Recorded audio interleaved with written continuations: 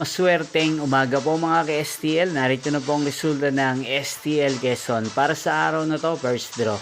March 17, 2026, araw ng Martes. Naway mga natayaan nyo pong mga numero kanina ay manalo nawa ngayong umagang ito, 11 AM. Kaya't kunin nyo na po ang inyong mga ticket. Narito na po ang resulta. Ang mga numerong nanalo sa STL Quezon ngayong umagang ito, March 17, 2026, 11 AM. First draw result, 34 at 16 in exact order. At ngayong umagang ito sa STL Quezon, natin pong i-shoutout si Ate Elma ng Quezon. Shoutout po sa inyo, Ate Elma. Sana po ay nasa maayos kayong kalagayan. Inyo pong napanood ang resulta ng STL Quezon.